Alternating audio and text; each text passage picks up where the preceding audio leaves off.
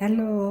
അപ്പോൾ നമ്മുടെ പുതിയൊരു വീഡിയോയിലേക്ക് സ്വാഗതം കേട്ടോ. ഇത് നമ്മുടെ സ്നോ മൗണ്ടൻ ട്രിപ്പിൻ്റെയാണ്. ഇച്ചിരി ലേറ്റ് വീഡിയോ ആണ്, കാരണം നമ്മൾ ഓഗസ്റ്റ് അവസാനത്തോടെയാണ് സ്നോ മൗണ്ടനിൽ പോയത്. പക്ഷേ അത് കഴിഞ്ഞപ്പോൾ ഓണമൊക്കെ വന്നപ്പോൾ അതിൻ്റെ പുറകെയായി. പിന്നെ ഞാൻ ഇച്ചിരി സിക്കായി, അതുകൊണ്ട് നമുക്ക് വീഡിയോ എഡിറ്റ് ചെയ്യാനുള്ള സമയമൊന്നും കിട്ടിയില്ല.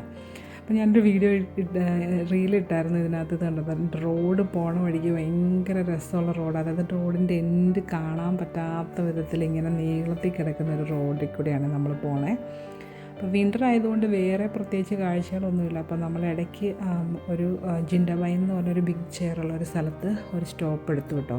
അപ്പോൾ അവിടെ നിന്ന് നമ്മൾ കുറച്ച് ഫുഡൊക്കെ കഴിച്ചിട്ട് പോകാമെന്ന് വിചാരിച്ചു. കാരണം ക്യാൻബറയിൽ നിന്ന് സ്നോ മൗണ്ടനിലേക്ക് പോകാൻ ഏകദേശം ഒരു 2-2.5 മണിക്കൂറോളം വേണം.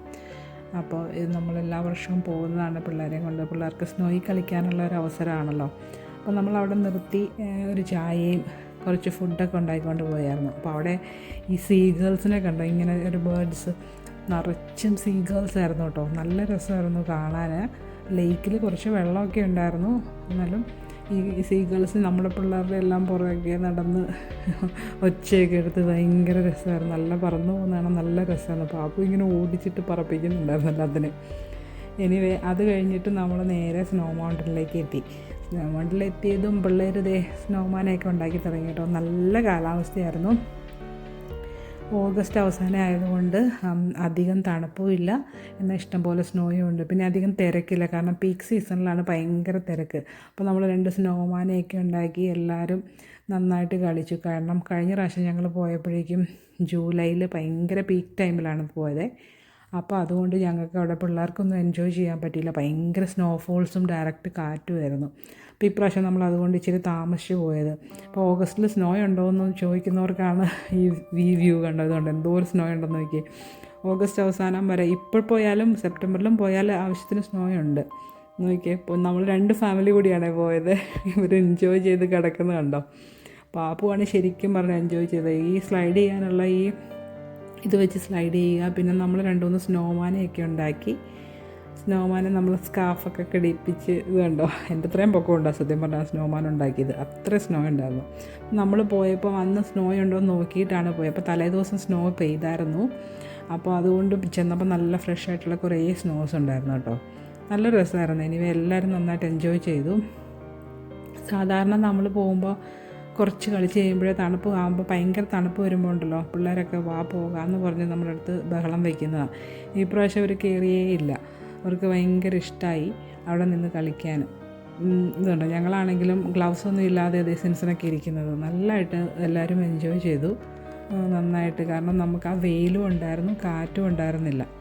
അപ്പം ഓഗസ്റ്റിൽ പോകേണ്ടവർക്ക് പോകാം കേട്ടോ. ഇതാണ് നമ്മൾ ഓഗസ്റ്റിൽ പോയതിൻ്റെ ഒരു വീഡിയോ. അപ്പോൾ നല്ല കാലാവസ്ഥയായിരുന്നതുകൊണ്ട് എല്ലാവരും നന്നായിട്ട് എൻജോയ് ചെയ്തു.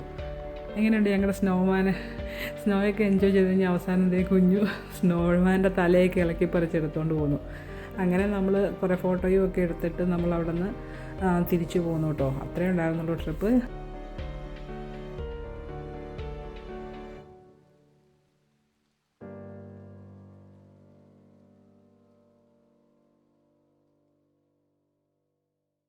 പോകുന്ന വഴിക്ക് നമ്മളിതുപോലെ വേറൊരു സ്ഥലത്തിറങ്ങി കുറച്ച് ഫുഡൊക്കെ കഴിച്ചിട്ടാണ് പോകുന്നത്. തിരിച്ചു പോരുമ്പോഴും അത്രയും കാണാനായിട്ട് വലിയ സംഭവമൊന്നുമില്ല. ഒരു ലേക്കിൻ്റെ സൈഡിൽ കൂടിയാണ് നമ്മൾ പോകുന്നത്. അപ്പോൾ ആ ലേക്കിൻ്റെ വ്യൂ കാണാൻ നല്ല ഭംഗിയാണ്, അല്ലാതെ വലിയ സംഭവമൊന്നുമില്ല കേട്ടോ. അപ്പം നമ്മൾ അത് കഴിഞ്ഞിട്ട് നെക്സ്റ്റ് ഡേ നമ്മൾ എന്താണെന്ന് വെച്ചാൽ ഈ സ്നോ മൗണ്ടനും പോകുമ്പോൾ നമ്മൾ കുറച്ച് ബൂട്ട്സൊക്കെ ഇങ്ങനെ എടുത്തായിരുന്നു കേട്ടോ. നമ്മൾ എല്ലാ വർഷവും ബൂട്ട്സിൻ്റെ ഒപ്പം നമ്മൾ ജാക്കറ്റും ഒക്കെ എടുക്കുന്നതാണ്, പാൻസൊക്കെ. ഇപ്രാവശ്യം നമ്മൾ അതൊന്നും എടുത്തില്ല, കാരണം നമ്മളൊത്തിരി ലേറ്റായിട്ട് പോയതുകൊണ്ട് ബൂട്ട്സ് മാത്രമാണ് റെൻ്റലിന് എടുത്തത് കേട്ടോ. അതെന്ന് വെച്ചാൽ അല്ലെങ്കിൽ നമ്മൾ സാധാരണ ഷൂ ഇട്ടുകൊണ്ട് പോയി കഴിഞ്ഞാൽ നമ്മുടെ കാലൊക്കെ തണുത്ത് നമുക്ക് നന്നായിട്ട് പ്ലേ ചെയ്യാൻ പറ്റില്ല. അതിൻ്റെ കൂട്ടത്തിൽ നമ്മൾ പാപ്പു എടുത്തേക്കുന്നതാണ്. ഇത് സ്നോ ചെയിൻ എന്ന് പറയും. ഇത് നമ്മുടെ വണ്ടിയിൽ ഇടുന്നതാണ്. കഴിഞ്ഞ വർഷം ഞാൻ ഇട്ട ഒരു വണ്ടിയിൽ ഇടുന്ന വീഡിയോ ഒക്കെ ഞാൻ ഇട്ടിട്ടുണ്ടായിരുന്നു. പക്ഷേ ഈ പ്രാവശ്യം നമ്മൾ പോയപ്പം വഴിയിലൊന്നും സ്നോ ഇല്ലാത്തത് കൊണ്ട് നമുക്ക് ഇടേണ്ട വന്നില്ല കേട്ടോ. നമ്മുടെ കാറിൻ്റെ ടയറിൽ ഇതിങ്ങനെയാണ് ചെയിൻ ഇടേണ്ടത്. അപ്പോൾ അതൊരു ഇടുന്ന ഒരു ഭയങ്കര ഒരു ചലഞ്ച് തന്നെയായിരുന്നു. കഴിഞ്ഞ പ്രാവശ്യം പോയപ്പോൾ ഞങ്ങൾക്ക് ഇടാനൊന്നും അറിയില്ലായിരുന്നു. അവസാനം ഒരു പുള്ളിക്കാരൻ വന്ന് പറഞ്ഞു തന്നിട്ടാണ് നമ്മൾ ഇട്ടത്. അപ്പോൾ നമ്മൾ ഇത് റിട്ടേൺ ചെയ്യാൻ വേണ്ടി പോകുമ്പോൾ ആക്ച്വലി നമുക്ക് ഇവിടെ കുറേ സാധനങ്ങളൊക്കെ റെൻറ്റിൽ വെച്ചേക്കുന്നുണ്ട്. അപ്പോൾ നമ്മൾ ആദ്യം എൻട്രൻസിൽ ചെന്നപ്പോൾ അവർ നമ്മളോട് പറഞ്ഞു അവിടെയല്ല റിട്ടേൺ ചെയ്യേണ്ടത്, റിട്ടേൺ ചെയ്യാൻ ഒരു പ്രത്യേക സ്ഥലമുണ്ട്. കാരണം നമ്മൾ ഈ ഷൂസൊക്കെ ക്ലീൻ ചെയ്യാതെയാണല്ലോ നമ്മൾ തിരിച്ചു കൊണ്ടുവന്നേക്കുന്നത്. അപ്പോൾ അതിൻ്റെ പുറയിൽ കൊണ്ടുപോയി റിട്ടേൺ ചെയ്യണമെന്ന് പറഞ്ഞു. അപ്പോൾ നമ്മൾ പുറകിൽ റിട്ടേൺ ചെയ്യാൻ ചെന്നപ്പോഴേക്കും ഇവിടെ ഈ കുറേ വടി പോലത്തെ സംഭവങ്ങൾ ഇരിക്കുന്നുണ്ടല്ലേ, അതൊക്കെ നമ്മുടെ ഈ സ്നോ റൈഡിനുള്ള ചെയ്യുന്ന സാധനമാണ്. സ്കിവീസൊക്കെയാണ് കേട്ടോ. ഇത് ഉമ്മാർക്ക് കണ്ടപ്പോൾ ഉമ്മാർക്ക് ഭയങ്കര കൗതുകം. ഇതിന് എത്ര രൂപയാകും, എങ്ങനെയാണ്, അടുത്ത പ്രാവശ്യം പോകുമ്പോൾ ഇത് വാങ്ങിച്ചാലോ എന്ന്. അപ്പോൾ ഇതിന് റെൻ്റ് എടുക്കുന്നതിന് $50. അപ്പോൾ സാധാരണ നമ്മൾ ഫിഷ് വീക്കിലൊരു കടയിൽ നിന്നാണ് ഇതെല്ലാം റെൻറ്റ് ചെയ്യുന്നത്. അപ്പോൾ ഇവിടെ ഇങ്ങനെ ഇതിൻ്റെ വിൽക്കാനുള്ള സാധനങ്ങൾ വെച്ചിട്ടുണ്ട്. അപ്പം ഞാൻ എപ്പോഴും വിചാരിച്ചു ഇതെന്താ എല്ലാവരും റെൻ്റ് എടുക്കുന്നതെന്ന് നോക്കിയപ്പോഴാണ് മനസ്സിലായതുണ്ടോ $900 ഇതിൻ്റെ വില. അപ്പോൾ ഈ $900 കൊടുത്ത് ആരാണ് ഇതൊക്കെ വാങ്ങിക്കാൻ പോകുന്നത്? ഈ ചെറിയ സാധനത്തിനാണെങ്കിൽ 850.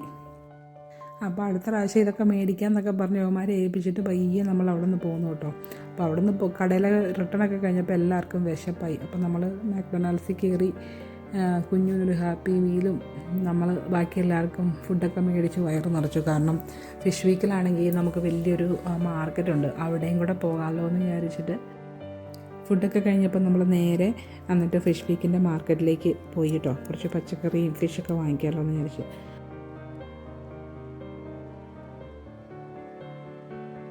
ഇതാണ് ഫിഷ് വീക്ക് മാർക്കറ്റിൻ്റെ എൻട്രൻസ്. സാധാരണ ദിവസത്തെ പോലെ വലിയ തിരക്കില്ലായിരുന്നു, കാരണം ഇതൊരു വീക്ക് ഡേയ്സ് ആയിരുന്നു അതുകൊണ്ട്. അപ്പോൾ നമ്മൾ മാർക്കറ്റിൽ സാധാരണ എന്താ പറയുക പച്ചക്കറികളൊക്കെയാണ് ഉള്ളത്, വലിയ പ്രത്യേകതയൊന്നുമില്ല. പിന്നെ കുറച്ച് ഓർഗാനിക് ആയിട്ടുള്ള സാധനങ്ങളും പിന്നെ കുറച്ച് വിലക്കുറവാണ് സാധാരണ സൂപ്പർ മാർക്കറ്റുകളെ അപേക്ഷിച്ച്. അപ്പോൾ നമ്മൾ പച്ചക്കറിയൊന്നും അത്ര വലിയ കാര്യമായിട്ട് വാങ്ങിച്ചില്ല. നമ്മൾ മെയിൻ ടാർഗറ്റ് ഫിഷ് മേടിക്കുകയായിരുന്നു. അപ്പോൾ നമ്മൾ ഫിഷ് മേടിക്കാൻ ഫിഷിൻ്റെ കടയിൽ പോയി കുറേ ഫിഷുകൾ അതും ഇതുമൊക്കെ ചെക്ക് ചെയ്തു. അപ്പോൾ നോക്കിയപ്പോൾ അവിടെ വലിയൊരു സംഭവം, വലിയൊരു ഈ ട്യൂണയുടെ ഹെഡ് ഇരിപ്പുണ്ടായിരുന്നു. വലിയെന്ന് പറഞ്ഞാൽ ഇത്രയും വലിയ ഹെഡ് ഞാൻ കണ്ടിട്ടില്ല സത്യം. വലിയ ഹെഡായിരുന്നു. ഒരു $7 എന്ന് പറഞ്ഞാൽ 6 എന്ന് പറഞ്ഞ് വെച്ചിരുന്നു. പാപ്പമൊക്കെ കണ്ടിട്ട് അന്തി ചെയ്തുണ്ടോ, 6.9. ഒരെണ്ണം ഇങ്ങനെ പകുതി മുറിച്ചും ഒരെണ്ണം അല്ലാതെയും വെച്ചേക്കുന്നു. പിന്നെ നമ്മുടെ നാട്ടിലെ ടൈപ്പിലുള്ള മത്തി അയലയൊക്കെ ഉണ്ടായിരുന്നു. അപ്പോൾ നമ്മൾ ആകെ ഒരു സാൽമണേ ഉണ്ടായിരുന്നുള്ളൂ അവിടെ കേട്ടോ. അത് നമ്മൾ മേടിച്ചുകൊണ്ട് പോന്നു.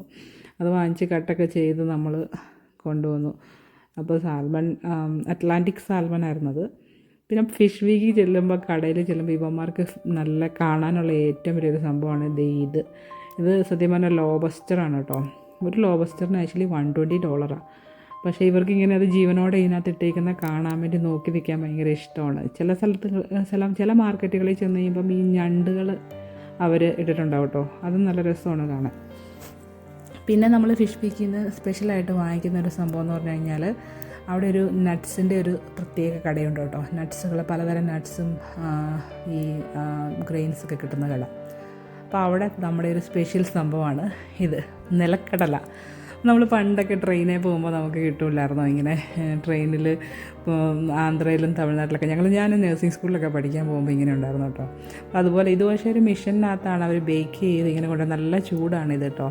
നമ്മളവിടുന്ന് നമുക്കിങ്ങനെ കോരി എടുക്കാൻ എന്തോരാ വേണ്ടതെന്ന് നമ്മൾ കവറിലിട്ടിട്ട് കൊണ്ടുപോയി കൊടുത്തു കഴിയുമ്പോൾ അവർ തൂക്കി തരും കേട്ടോ. ആ മിഷൻ്റെ അവിടെ ഇങ്ങനെ എഴുതിയൊക്കെ വെച്ചിട്ടുണ്ട്, ഇത് നല്ല ചൂടാണ്, ഇവിടെ ടച്ച് ചെയ്യരുതെന്ന്.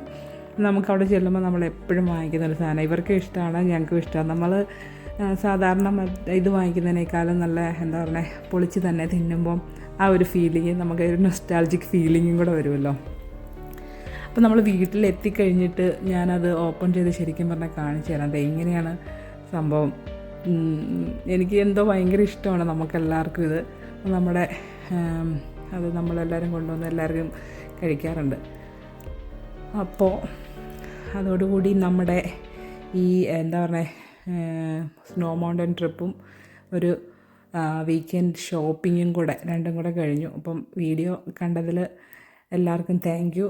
അത് ഇഷ്ടപ്പെട്ടു എന്ന് വിചാരിക്കുന്നു. ഇനി അടുത്തൊരു വീഡിയോ കാണുന്നവരെ ബൈ.